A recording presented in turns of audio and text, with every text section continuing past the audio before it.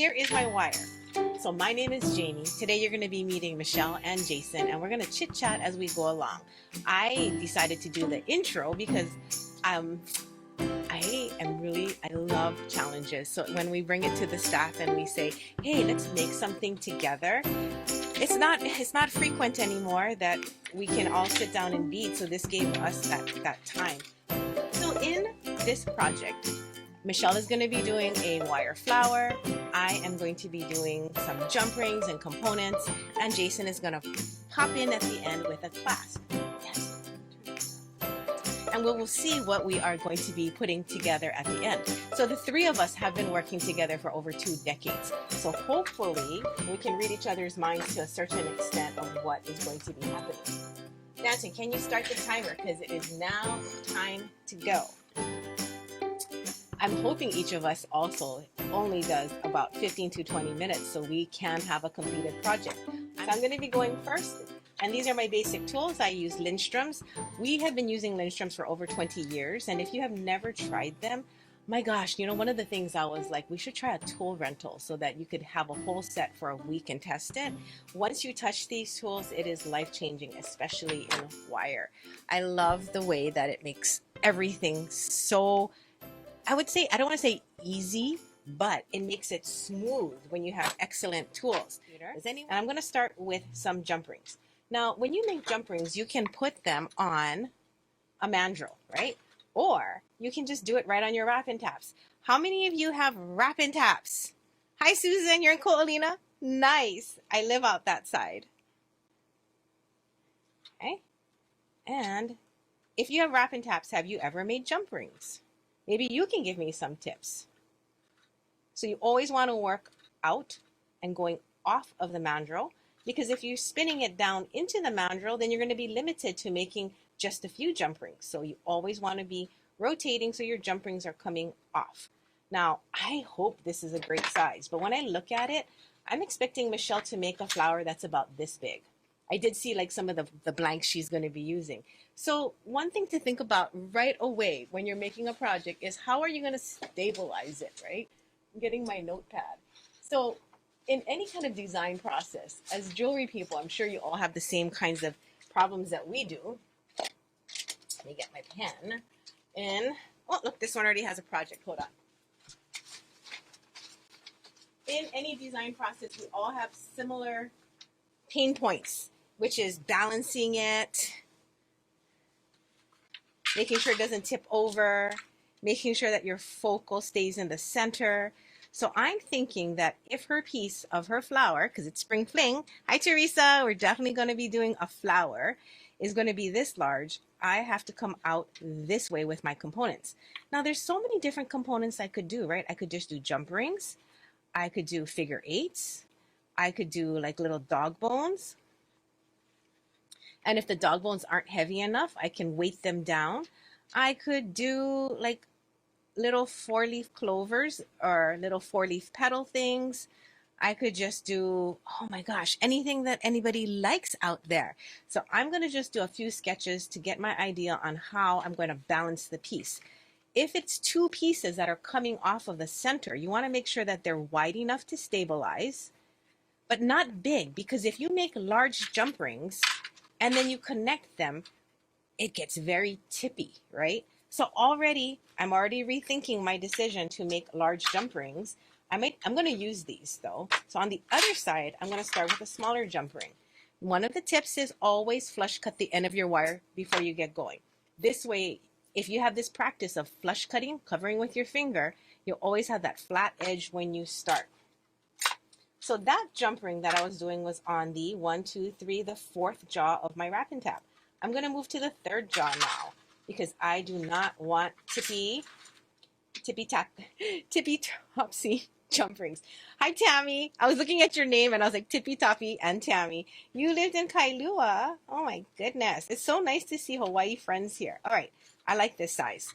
I can already tell that this is going to be a great size. Now, when I'm making 100, 200 jump rings, I do not use my wrap and tap. I will use a dowel. And using a dowel does speed up the process a lot. So if you guys want me to do a dowel demonstration, please let me know because I will switch over to that as well. I am all about inconsistency in creativity, meaning I might start with this one jump ring size, but come down like into the middle of the piece. It is so wonderful when you have all kinds to choose from. All right, so this is my 6-step wrap and tap. This is my favorite. This is 16 gauge soft, okay? And let me put on my helper, my lovely mag eyes. If you've never heard the story of how we carried these, it's because when we first opened the store 25 years ago, my mom must have been in her early 50s. You want to see the dowel? Okay, I will do that next. Because there is a trick to doing it on a dowel. Okay, I'm going to come in a little closer. And I'm going to show you how I cut them. Pretty soon, Michelle is going to be coming in to start her portion, which is cool. So this is the flush side of my cutter. I'm going to line it up, and I'm going to cut one ring away. I'm going to make sure that the jaw of my plier is making a 90-degree angle with the wire, so you have a straight cut. Then I'm going to flip the cutter over, and I'm going to cut the other side of the ring.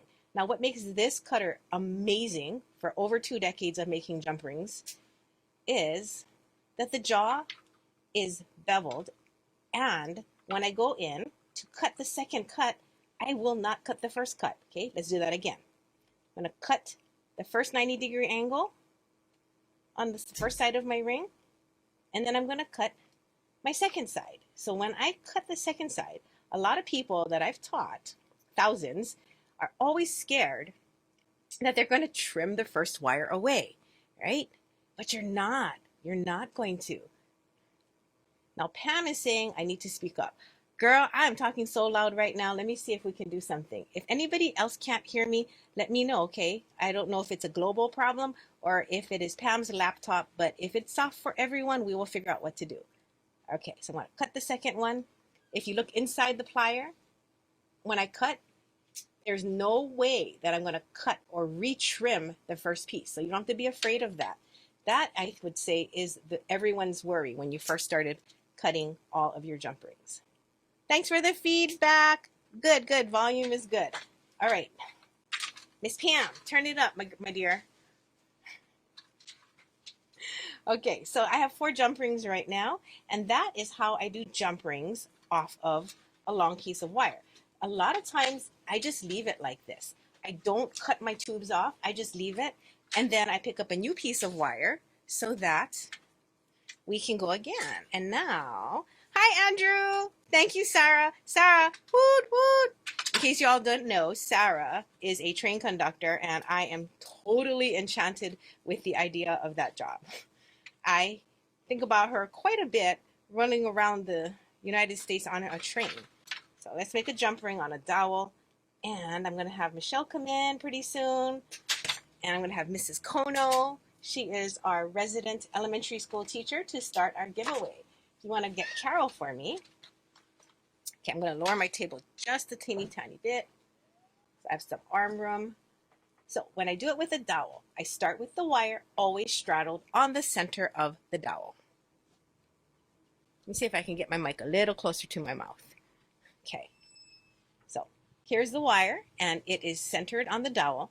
And the very first thing I'm going to do is use my wrist strength.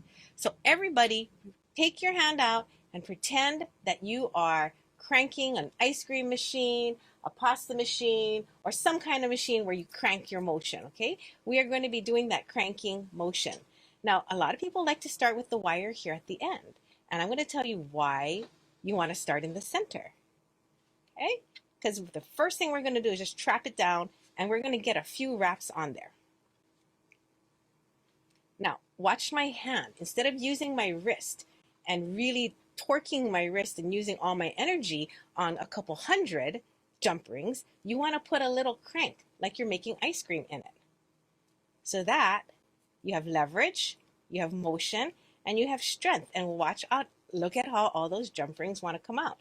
They want to come out straight and beautiful. Okay, so then you go as far as you can, and then you leave a little tail. That tail is going to make it so that when you flip to the other side, you have something to hang on to, and it won't just spin fruitlessly.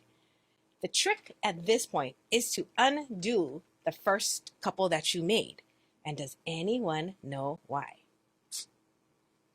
All right, well, now no one can really tell me because I'm here by myself talking to myself. So I'll just tell you, because the first ones that you put do not have good tension on them. It's impossible to hang on to a wire that wants to move around in a circle, right? So we're going to undo it. So you're going to wrap really hard and pull it.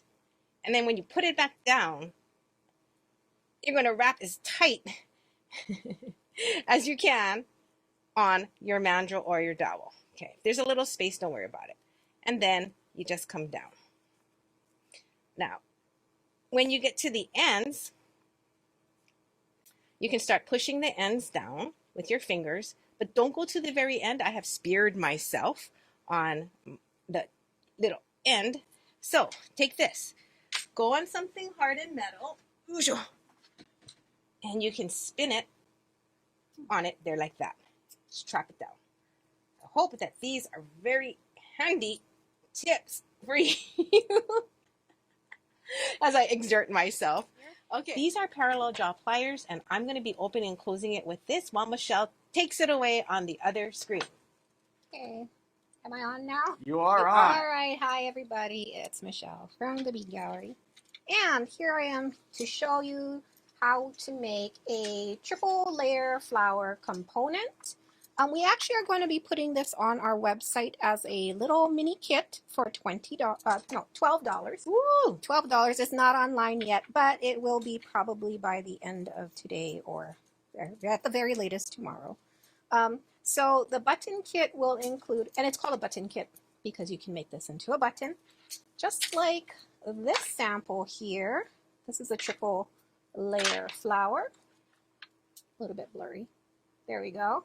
So I'm going to show you how to do this. It's going to be a little bit of a different head pin, and I'm not going to make this into a button. I'm going to modify the design just a little bit by putting the head pin instead of down through the top layer of flower. I'm going to pull it up so the head of the pin is at the back of the flower, because we're going to be turning this into a central focal point link for to go with Jamie's jump rings.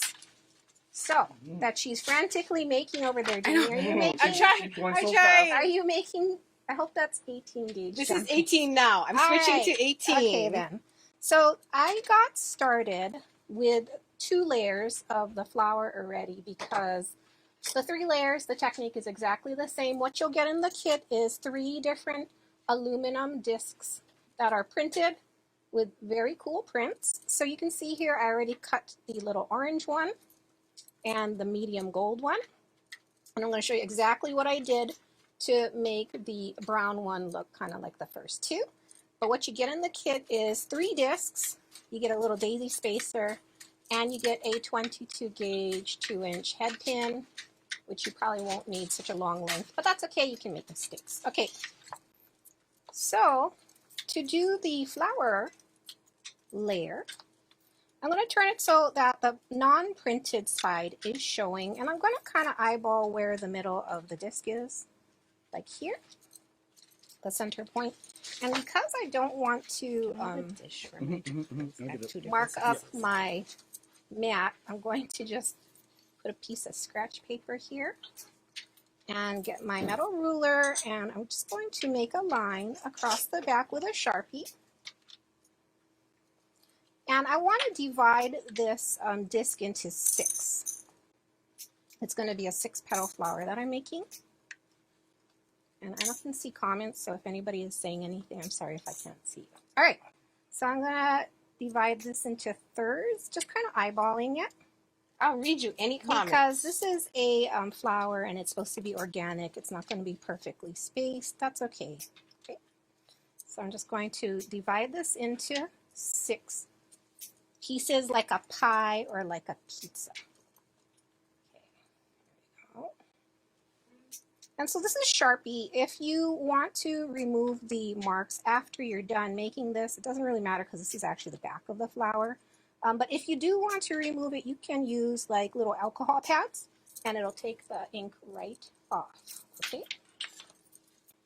So after I mark that, I'm going to punch a hole right in the middle of the disc using a hand punch here. This is a 1.25 millimeter hole punch. Just punches through like a paper punch, but is obviously made for metal. Really thin my metal. 18 gauge will fit in there, right, I Michelle? think so. Okay. Yes. It fits, but it's a little fitted. All right. Okay, so I'm going to use a piece of tape to cover where I want to punch the hole so you don't mark up the metal too much.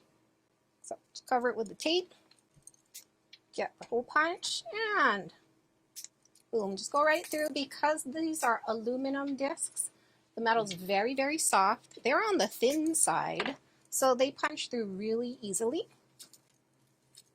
So now I have my hole in the middle of my disc.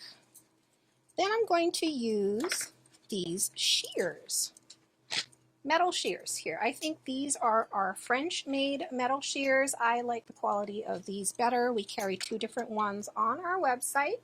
You can see it at the Bead Gallery. I believe we sell a really inexpensive one for about, what, $15? Right. These are like $35 or so. These are really good though. The blades are really sharp, and they cut through this aluminum like butter. Okay, so what I'm going to do is cut along the lines that I made, not all the way to the middle, just leaving maybe about 1/8 of an inch to 1/4 of an inch space between the cut and the hole. So it's just snipping through my aluminum disc here. Okay, and you can see when I cut, the disc sort of flares, yeah, the little slices flare out, and that's fine. I'm going to need a flat nose plier, if we have. Kristen, can I borrow your set? Okay, and I'm going to twist these, each one just a little bit, so I can get to the corners really easily. Because the corners are really sharp, I'm going to use the shears to trim them down, to blunt them just a little bit. Okay, so each petal is now twisted. It looks like a little pinwheel almost. I'm going to use the shears to just trim the corners off. And I'm cutting at a slight angle, like that. Just going around all 6 petals. And I'm only cutting 1 corner right now per petal. There we go. Okay, then I'm going to flip the disc over and cut the other edge of the petal off, so it's making it nice and safe and comfortable to wear. Hey, Michelle. Yes. Dorina says, what scissors are you using? These I missed it watching you both. These are our French metal shears. They're on our website. We carry 2 kinds of metal shears. They're not regular scissors. They're just like cutters. And actually, this particular store sample, the spring comes off, and that's actually a little bit easier on your hands. So if you get a shear and the spring comes off, that's not necessarily a horrible thing. Okay. So we do have these online. It's just called, I believe, metal shears. Mm-hmm. Why is the word French in there? Oh, they're French. They're made in France. Oh. Yeah. There's another one that is not made in France. That's why. So European-made tools are usually like better quality. Mm-hmm. They cost a little bit more, but they are made with better metals. They're a little bit machined a little bit more nicely sometimes than the ones that are made in Pakistan or India or China. Okay, so now I have my disc that looks just like the other 2. And I'm going to clean off my area. So the little snips make kind of sharp pieces of rubbish here. If you want to clean it up easily, you can get another piece of tape and just sort of suck up all the cut pieces with tape. Just like that. To clean up your area. Man, no matter how many jump rings you cut, when you start using them, they just disappear. They go fast. They go fast. Okay.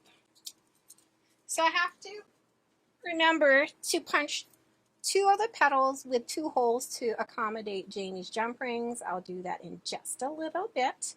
But if you want to take the edge off a little bit more on your petals, you can always use a metal file This is a 4-cut file. We sell this in a set of 2 pieces on our website. You get, in the set, you get a 2-cut and a 4-cut file. The 4-cut file is finer than the 2.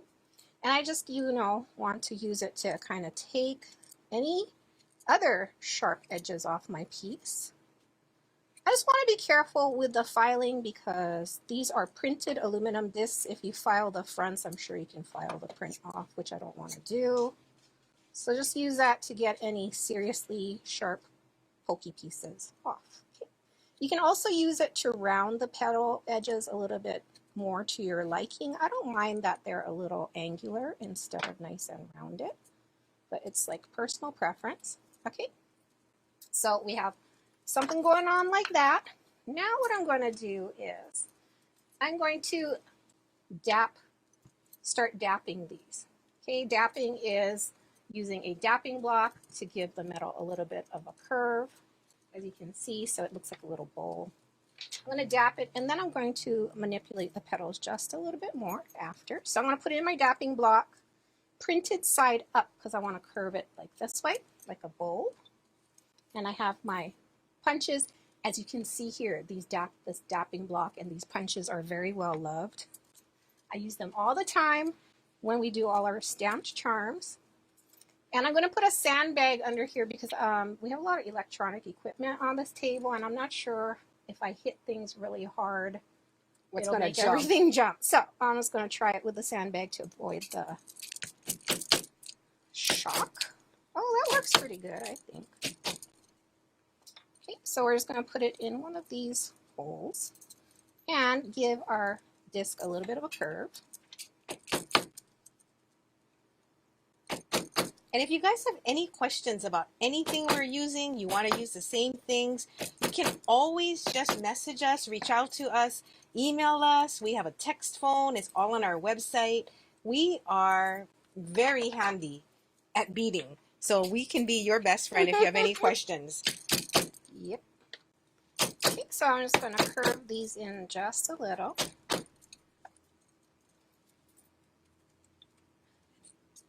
Or a lot. What kind of jump rings am I using? Right now I'm making 18 gauge on jaw number 2 of my wrap and tap. And if you guys wouldn't mind giving me some help, I have 2 samples that I started right here on mine. I'm going to pop in closer so you can see. I have one that's going to be large, too small, large, too small, and that's my pattern here. The other one could be 3 sets of smalls in between, which then changes the look of it. So if you have a preference or you want to give in some feedback onto how you think this is going to look, go ahead and look at Michelle's side of the screen and look at my side and let me know if there is a pattern. I mean, the other one I can do is more of a chainmail style, but then I know I won't finish that today because I'm going to need 100 more rings. And in case you didn't know, there is such a thing as a jump ring cutter. It looks like a coffin. You make your tube like this. You stick it in the coffin. The coffin has a slit at the top where you have your speeding blade slice through all of your jump rings. Now that's fun, but I also love the handmadeness of making and putting my love, my work into every single piece on this. Then I know every single piece has been touched, right? It's pretty cool. Mm-hmm. All right, so right now I'm just using my flat nose pliers to bend the petals upward even more to make a tighter cup shape. As you can see, the aluminum disc is very easy to manipulate because it's a very soft metal and the discs are pretty thin. This gold one for some reason feels a little bit thicker than everybody else. So I'm just using my flat nose pliers at this point to give my flower a little bit more dimension. And I'm doing the same motion pretty much on each petal. Like this, pulling up at an angle. Do you think they're having fun, like beading, but kind of beading vicariously? Living vicariously through us, probably. I hope you guys are enjoying this demonstration. Okay, and then if you want to give it a little bit of a more organic feel, instead of just angling all the petals in this one direction, I'm going to use my flat nose plier to give the corner just a little bend backward so it has more of a wave effect. Darina says, Jamie, are you making a jump ring bracelet? Well, Darina, what I'm trying to do is match up to Michelle's main flower. So she's like the, if this was like a meal, I am the, what am I on the plate? The potatoes. And then the flower is like the Entree. the fillet. Jason's going to be the fork and knife. Okay, so now I need to punch 2 holes in 2 of the petals. We're going to do 2 holes per petal instead of just 1 because Jamie wants to kind of have more connection points to the flower than just 1, so it's not as tippy. At least we hope it won't be. We shall see. We shall see. Yeah, so if you want to punch holes in something, I'm going to mark where I want to punch it. I am working in sterling silver, and Michelle is working in aluminum. Yep. No dessert. The giveaway has to be the dessert. So if you guys missed the giveaway, we'll ask if we have some time at the end. I'll ask Mrs. Kono to come back and make the announcement on how you can win some amazing prizes. Okay, again, I made 2 dots where I want to put the holes. 2 dots on 2 petals. Again, I'm going to use some tape to cover my metal. The covering the metal with the tape kind of helps keep it from scarring. I am making a jump ring bracelet, Dorina, because I am thinking that Michelle's portion, we want it to stay on the top of the wrist. So the rest of the bracelet has to be pretty darn heavy so that her flower doesn't end up at the bottom of the bracelet. So one thing that's nice about jump ring bracelets is that if it does spin, I can add more weight to the jump ring bracelet very easily. And let me show you how I plan to do that. If it keeps spinning, like here's the top of her bracelet, and if it keeps spinning to the bottom, I'm going to make the bottom rings doubled up on all of the large ones. So all the large ones will be doubled up, and that's going to give it more physical weight so that the flower will stay on the top, right? So that's my secret plan here. So I am going to go, I looked at everybody who had comments, and I am going to go with the 1 large, 2 smalls. The one with the more jump rings is cute as well. Or I could do, you know what? I can do 1 on each side. That'd be kind of cool. So it's a very organic feel. So one side of the flower bracelet can grow differently than the other.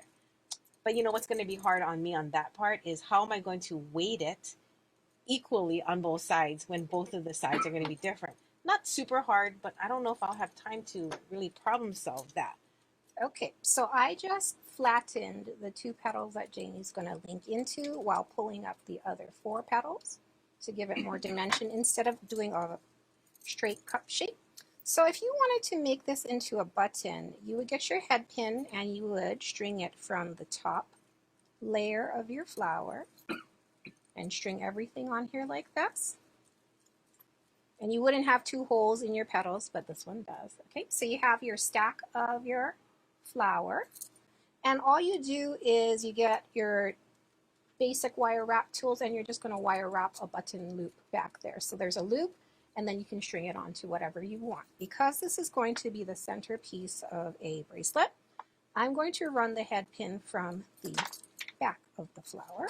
I'm going to use a daisy spacer as a way to enlarge the head of my pin, so I don't want it to pull through that hole that I made there.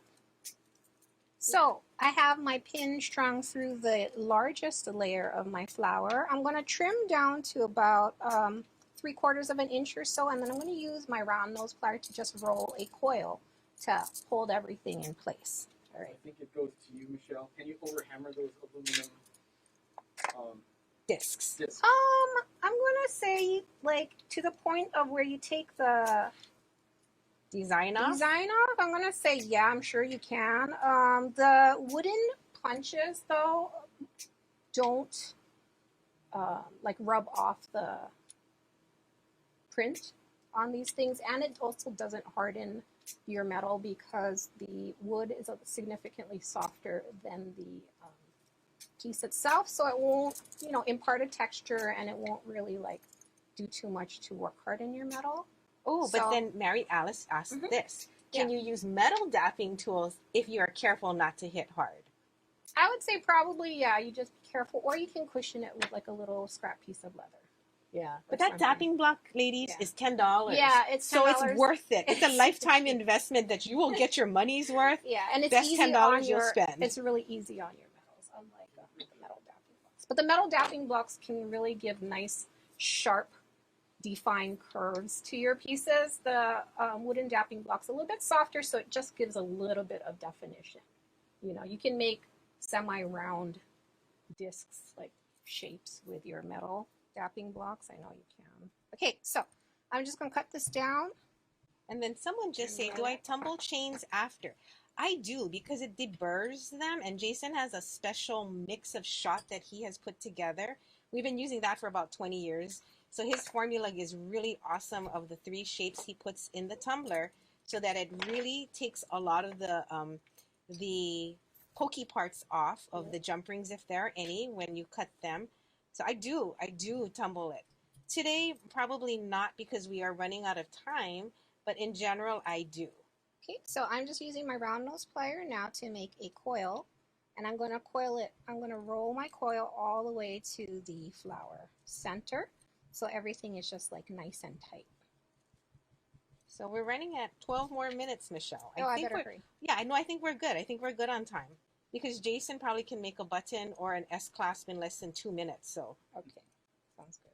So Jason is, what do you call that guy when you're doing like a tag team running race and then the person who comes in last? Anchor. He's the anchor. Okay, so there you have it. I am done with sticking my flower together. The coil is just nice and tight. And so you just keep rolling it until it's sort of, you can't roll anymore. Oh, Michelle, you know what? We should tell them about the aluminum discs that we had specially made for us with the bamboo and the monstera. We don't have them, but we should get them back in case people want to make it. Yeah, so we did have these, we had a couple of these aluminum discs specially printed for us. I think they were, with the monstera print. Do we also have a sakura one too? There is a sakura one. Saying you want to see more. Sarah says, I want to see the discs. All right. Will do. Let us hope that I can get a jump ring in here. Okay, so here's the nice part. If the distance of, trying to get in focus, if the distance of the piece is too wide for my jump ring, right, and it won't go in, I'll just make another jump ring. That one goes through, right? Yes, it definitely goes through. Right on. So one thing about making your own jump rings is you always have the option of making it a little bigger, a little smaller, and there's so much to talk about jump rings, you guys. I wish we had more than 9 minutes, and I would tell you about the inner diameter, the strength of the wire, what's the difference between using soft and half hard. There's so much. When I taught a jump ring class, it was 3 hours in store, and everybody left knowing that they could make the most amazing jump rings. All right. So here is going to be the joining piece. Now for Jason, he can do anything. So I was like, I love this particular ending. It's just a ring that has a piece of leather overhand knotted. So if Jason makes a button, this is going to be my button ending. If Jason makes a hook and eye, then I'm not going to use this button ending. So if anybody has a preference on what kind of ending we do, now is a great time to peep out, you guys, and say what you'd like to see, because we still have 8 minutes, which in beading time is quite a lot. So I got some 14 gauge, you got some 12 gauge. I'll do a, let me see, I'll do a 12 gauge hook and eye. Maybe I'll make 2 with the 8 minutes we got. Okay. And then maybe I'll make a spiral button if I got time. Let me see if I have some. It says leather and button from Kathy and Janine and Tina, and then Kate and Lydia said hook and eye. Do both then. I guess, okay, well, I'll try to do both. Let me see what I got here. So I'll do a really simple hook and eye. I'll make 2 while I'm at it. This one we have on our, this is one of the prototype ones we have on the website. Not the website, but the one of our findings that we sell in this You know what's so cool? store. What's that? Everybody has a different opinion. I love that because this is like one of the few times we get to hear back and then, you know, develop what we're doing and show what people want to see. Mhm. So exciting. How long is this? So if Jason is doing a hook and eye and a button, I'm going to assume it's going to add an inch to my project. So this is already 6 inches. So this is pretty much it. This is it. And then I'm going to add the backside down. So while I'm waiting for him, since I have extra jump rings, I'm going to start doubling up my jump rings on the backside and finding a piece of leather. I like how you're waiting for me. Ha! Look, I found a piece of leather. 2 minutes in. Okay. I might punch a hole in the leather and just tie it on there. You know, so like maybe I'll do like a little fake button. Let's see. Yes, I have stepped pliers on the webcam. We're using wrap and taps. We're using Here. Lindströms. Here you go. I have some parallel jaws. Just in case we were going to do 12 gauge jump rings, I brought these out.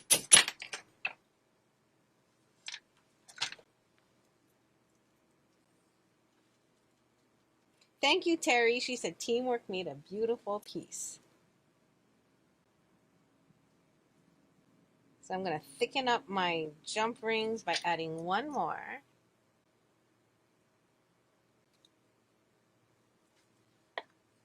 To the back side. So one thing you have to consider when you start thickening up your jump rings is, will it fit in all of the previous rings, right? Because the smaller the diameter, it can only hold so much. And guess what? Look, I am in luck. The doubled up rings at the ends, they do fit. And I love how it takes up more of the spacing. So it looks like a really thick chain now. You don't see as much of the negative space. Yahoo! This is turning out quite amazing. Nice.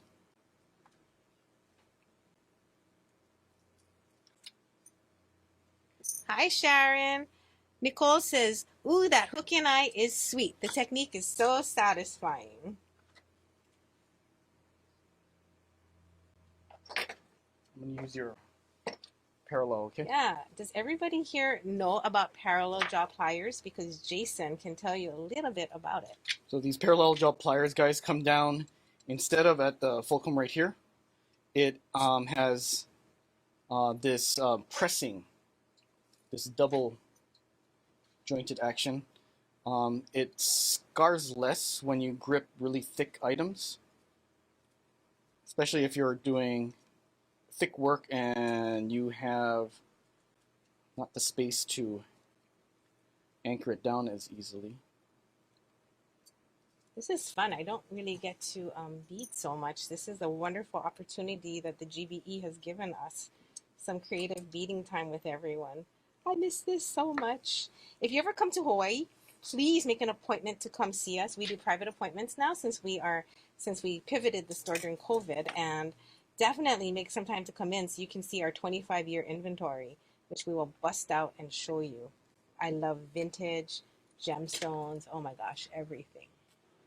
Tracy used them today. Awesome. I was thinking about Tracy today, in fact, and I was like, ooh, should I put a Monstera button of hers in here? Okay, here's a little trick. Sometimes when we're making things, we forget where we made them, right? So keep a sample of all of your jump rings in a little bag, label them, close it, pop it onto the mandrel, and then you can be like, ah, that's where I made it. Not this one, this one. And then if you have a 6-step wrap and tap, then you can grab your 6-step, I got one over here, and then you can poke it onto the different ones, and at least you can try and find something pretty darn close if you're gonna make it on your wrap and tap, okay? So that's good to keep samples of all of your jump rings. Yeah, parallel pliers. Jason, how long have you been a fan and why? I've been using parallel pliers, first the English ones for a while, when I did that class at the academy. And then I started carrying them in the less expensive version because not everybody was in tune to the expensive English pricing. So we carried the Central Asian ones for quite a bit. For maybe, let's say, 15 years, maybe more. I know, because I used to have a hard time opening and closing really thick jump rings. And so when Jason was like, try this tool, Yeah. it was like having, I don't know, a magic hand come in and be super strong. So right now I am making jump rings with the 16 gauge back on my dowel because I need a few more. Nicole says, do you have any videos on YouTube showing the techniques from today? Yes. We do. I think I have jump rings on there.